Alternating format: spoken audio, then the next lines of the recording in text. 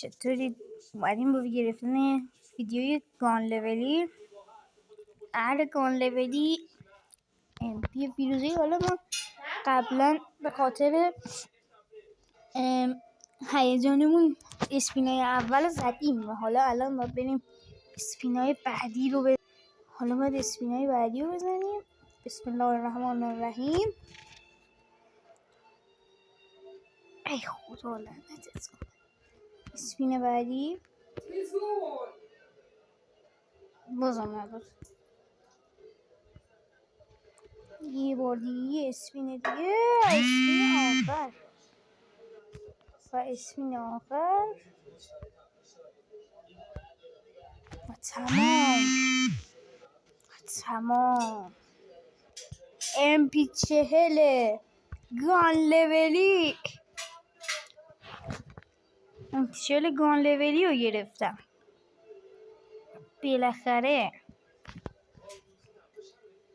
ایوگانم هم اومده حتی. خب بریم اون کاده. اوکی let's go. سیتا هم اول یه ارتقای مشی میدیم و اوکی. ریتا فایر رو اینا رو همه رو میده. بازم افتاده و باحاله. 120 کم آوردیم. خدا کنه آفر بتونه به همون بده دیگه. سیتا ندارم واسه نمیرسه. بازم میزنیم 10 تا. حاجی بینازم.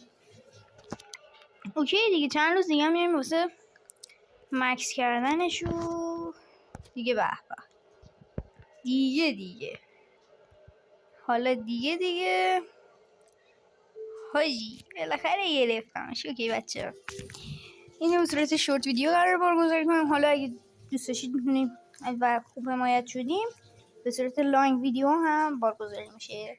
مرسی از اینکه حمایت کردید. خدا نگهدار.